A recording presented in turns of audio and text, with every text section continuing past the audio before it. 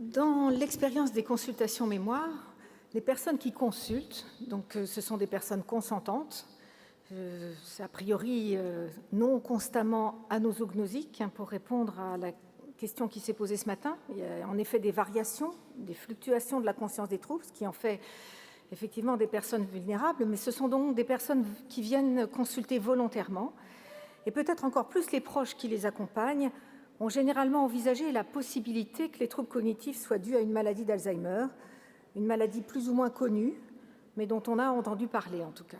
Le tout est presque toujours présent, et selon la conscience des troubles, les personnes se sont plus ou moins préparées à ce diagnostic, et surtout les plus âgés. En fait, lorsqu'une personne vient consulter avec un proche, il est exceptionnel qu'au moins un des deux n'ait pas envisagé le diagnostic de maladie d'Alzheimer. La première question que le médecin pose est « Pourquoi venez-vous consulter? Qu'est-ce qui vous amène ?» Et cette question est double. On attend d'abord un descriptif de la plainte qui, évidemment, va guider toute la consultation et la démarche diagnostique. Je viens vous voir parce que j'oublie, je répète souvent la même chose, ou je fais répéter, j'ai du mal à me repérer, ou je cherche mes mots, j'oublie les noms des personnes, ou je n'arrive plus à m'organiser. Et la deuxième partie de la question, on attend aussi de savoir par cette question ce que le patient ou son accompagnant attendent de la consultation, ce qu'ils sont venus chercher. Et ils ne l'ont pas toujours formulé.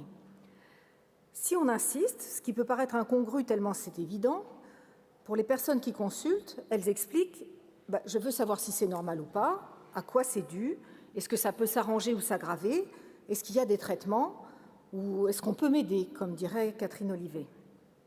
Ou même plus directement, je veux savoir si c'est la maladie d'Alzheimer, d'autant plus que ma mère, mon oncle, ma voisine, pas nécessairement quelqu'un de proche, mais en tout cas quelqu'un que l'on connaît, a cette maladie, ou simplement parce qu'on la connaît de réputation, tellement on en parle. Après tout, établir un diagnostic, informer, expliquer et traiter, c'est tout de même le cœur du métier du médecin. Et donc, a priori, c'est ce que tout patient attend qu'il fasse quand il le consulte. Il faut rappeler que les patients viennent consulter en moyenne 2 à 3 ans après le début des premiers troubles. Ils ont donc déjà fait du chemin, même s'ils n'ont pas toujours anticipé la consultation.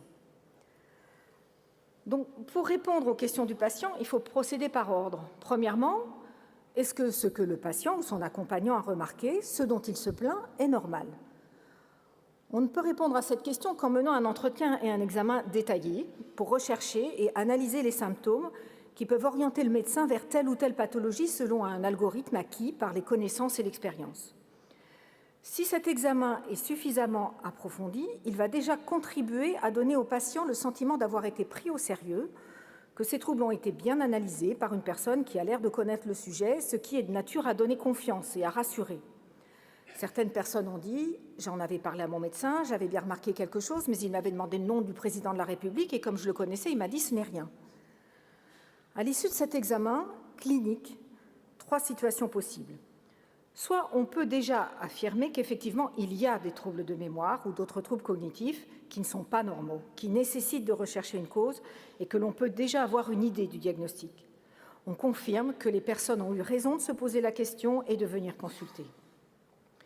Soit au contraire, la nature des plaintes est banale et s'apparente totalement aux oublis normaux, où la plainte est en lien avec une pathologie responsable de troubles qui s'avèrent surtout attentionnels, non spécifiques, comme ceux liés à un trouble du sommeil, un trouble anxieux sévère, un trouble de personnalité que l'on met en évidence dès cette première consultation.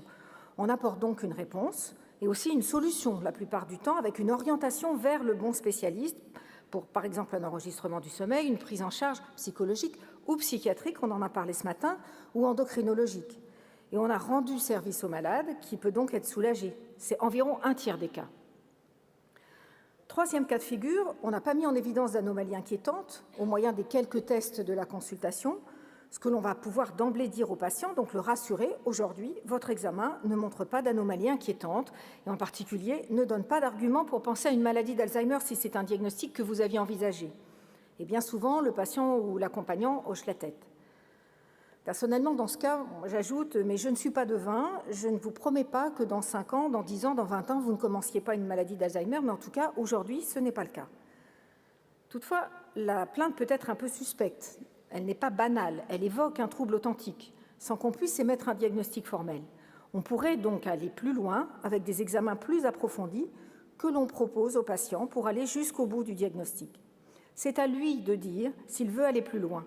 On lui explique donc la démarche que l'on envisage. Comment ça va se dérouler? Quels renseignements sont attendus de ces examens? Mais aussi ses limites. Les personnes qui, sans être la majorité, ne sont pas rares dans la consultation, du moins dans les centres mémoire de ressources et de recherche, non seulement sont favorables à poursuivre les examens, mais le plus souvent demandent à être suivies. Et elles sont également très motivées pour participer à la recherche clinique, comme les cohortes observationnelles telles que Memento. Dans l'expérience du centre mémoire, la très grande majorité des malades posent des questions complémentaires, notamment sur le délai pour réaliser ces examens, et acceptent de revenir. Parfois, ils demandent l'assentiment de l'accompagnant, qui est le plus souvent favorable, avant de consentir. On commence bien sûr par proposer les examens indispensables, ceux notamment qui visent à trouver une cause modifiable, vasculaire, métabolique, une carence en vitamines, un trouble hormonal thyroïdien, etc. Rares sont les personnes qui, après réflexion ou après avoir pris d'autres avis, dont celui de leur médecin traitant, ne donnent pas suite. Ce qui n'est pas si surprenant, étant donné la démarche entreprise de venir consulter pour savoir, et pas seulement pour s'entendre dire « ce n'est pas une maladie d'Alzheimer, donc ce n'est rien ». Ce n'est pas parce que c'est une maladie d'Alzheimer que ce n'est rien. Le délai pour obtenir les examens, dans la limite du raisonnable, est un temps qui peut être utile pour se préparer au diagnostic. Il est évidemment important, quand on propose les examens, d'expliquer à quoi ils servent, les informations qu'ils peuvent apporter, encore une fois, leurs limites. Il est très utile, dès l'issue de la première consultation, de demander au patient ce qu'il a dans la tête, s'il a pensé à un diagnostic particulier, s'il connaît des maladies qui donnent des troubles tels que ceux qu'il présente. La plupart du temps, il cite la maladie d'Alzheimer. Mais que sait-il de la maladie d'Alzheimer? Souvent, peu de choses, ou alors il ne souhaite pas détailler, ou il décrit un stade terminal.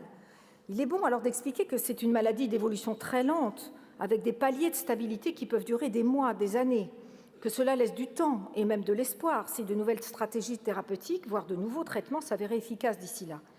Que de connaître le diagnostic ne rend pas plus malade, mais qu'au contraire, dans ces circonstances, on pourra agir en connaissance de cause, on saura ce qu'il faut faire et ne pas faire, les traitements recommandés et ceux délétères qu'il faudra éviter, être vigilant pour tous les problèmes somatiques qui peuvent survenir à cet âge et qui peuvent compliquer l'évolution ou aggraver les troubles, mais qui sont réversibles et qu'il ne faut pas négliger. Et si on a une autre arrière-pensée diagnostique, il est utile d'en parler aussi, de donner quelques éléments pour des maladies dont on n'a pas entendu parler. On parlait ce matin des maladies à corps de Lévy. Ce qui est délicat, évidemment, c'est de savoir jusqu'où aller, la justesse, la pertinence des informations qu'on délivre aux malades, qu'on doit apprendre à connaître.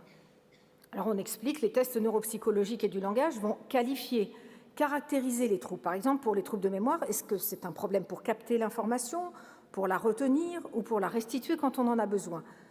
On n'évoquera pas le même diagnostic selon le profil des troubles. Et pour les quantifier, toutes les personnes n'ont pas les mêmes capacités à la base. Certaines ont une très bonne mémoire, d'autres une mauvaise mémoire, et les tests ne peuvent ni ne doivent être réussis parfaitement par tous. Cette évaluation initiale dira simplement si les performances sont très en dessous de la normale, pathologique, ou sont dans la moyenne, et au sein de cette moyenne, un peu en dessous, voire au-dessus. Et dans ce cas, l'examen de départ servira de base. Et si dans 6 mois, dans 1 an ou 2 ans, le patient se plaint toujours, autant ou moins ou plus, on le refera s'il le souhaite, et l'on verra si les performances sont stables, s'améliorent ou se dégradent. L'IRM, l'imagerie par résonance magnétique, recherche des lésions vasculaires, d'autant plus que le patient a des facteurs de risque vasculaires, hypertension, cholestérol, tabac, diabète, surpoids, ou des signes en faveur d'une maladie, comme une atrophie dans les régions impliquées dans les fonctions déficitaires chez le patient. Selon le siège de cette atrophie, on pense à des maladies différentes. La mémoire des événements nécessite un bon fonctionnement de la région hippocampique. Elle est touchée dans la maladie d'Alzheimer, mais pas que dans la maladie d'Alzheimer. La mémoire sémantique des concepts, des connaissances générales sur le monde est située dans le lobe temporal. Cela pourrait être une autre maladie, une dégénérescence lobaire frontotemporale. Le langage est plus distribué, il est réparti dans les lobes frontaux, temporaux-pariétaux, l'hémisphère gauche le plus souvent, donc on verra une asymétrie, et plusieurs maladies peuvent être à l'origine des troubles du langage isolés. Tests neuropsychologiques et imagerie sont une bonne base qui permet le plus souvent de déterminer le diagnostic. Il n'est évidemment pas souhaitable que le patient reçoive seul le résultat des examens, au pire envoyé par la poste. Il est évidemment de bonne pratique de revoir le patient pour lui expliquer l'ensemble des résultats, lui commenter le compte-rendu des examens et à nouveau évoquer le ou les diagnostics possibles. À ce stade s'installe un dialogue, comme l'a si bien dit Jean-Claude Amessen. L'histoire et les représentations de chacun sont différentes et chaque personne a un rythme qui lui est propre. Celui de l'accompagnant n'est d'ailleurs pas toujours celui du patient. Il peut être plus pressé de connaître le diagnostic ou à l'inverse être moins bien préparé. Quand on ne sent pas les gens prêts, on peut souvent se donner un peu de temps, revoir à distance.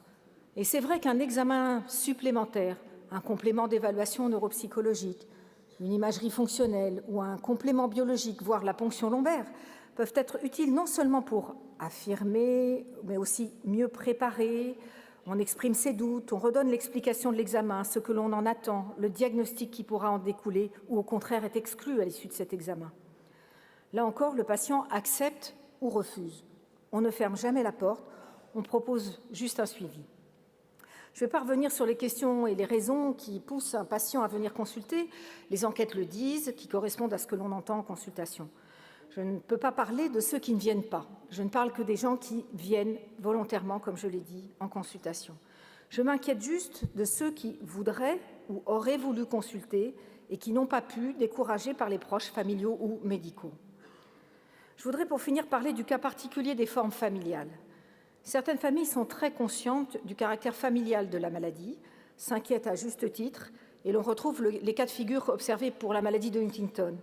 Elles n'hésitent pas à chercher des mutations génétiques chez le malade et certains apparentés posent la question du diagnostic présymptomatique, voire pour environ un quart d'entre eux, des démarches dans un centre de génétique clinique. Mais d'autres ont bien relevé les antécédents familiaux sans aller jusqu'à réaliser du tout le caractère héréditaire de la maladie. Il faudra alors, dans le cadre de la recherche du diagnostic, présenter l'examen et ses conséquences bien particulières. Examen génétique que l'on fera évidemment avec un consentement du malade, si possible, ou de la personne proche, si le malade n'est pas en capacité de consentir. Se pose la difficulté parfois de la diffusion de l'information au sein de la famille. Enfin, d'autres n'avaient même pas réalisé qu'il y avait une histoire familiale, car les maladies génétiques peuvent se présenter sous différentes formes, sous différents phénotypes très différents selon les membres d'une même famille, porteurs de la même mutation. Il y a alors les deux démarches à mener, celle du diagnostic de la maladie et celle de la maladie héréditaire. Toutefois, paradoxalement, on peut penser que les formes génétiques pourraient bénéficier les premières d'un traitement, puisqu'on approche mieux leur mécanisme physiopathologique et qu'on déterminera mieux les personnes à cibler par ces traitements. Ces cas délicats nécessitent l'appui du conseil génétique offert par les centres de génétique clinique. Pour finir, quelles que soient les situations, souvent plus que le diagnostic lui-même, ce sont les conditions de cette annonce, l'impréparation, l'absence d'accompagnement et de suivi, l'absence de proposition d'aide, l'absence de dialogue, d'adaptation à chaque situation, de prise en compte de l'entourage, d'apporter les mots les plus justes, les plus adaptés, qui peuvent être traumatisants. L'absence de diagnostic peut aussi être traumatisante, une perte de chance pour le malade et un regret des familles. Je vous remercie.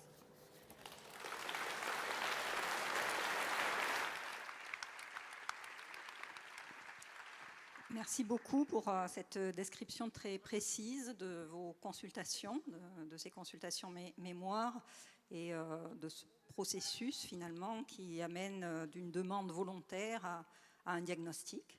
Et on le voit avec grande prudence, beaucoup de temps aussi. Hein, on parle toujours d'annonce diagnostique comme un couperet qui tomberait à un instant donné. On voit bien comment les choses se font dans le temps avec une certaine lenteur, une certaine prudence.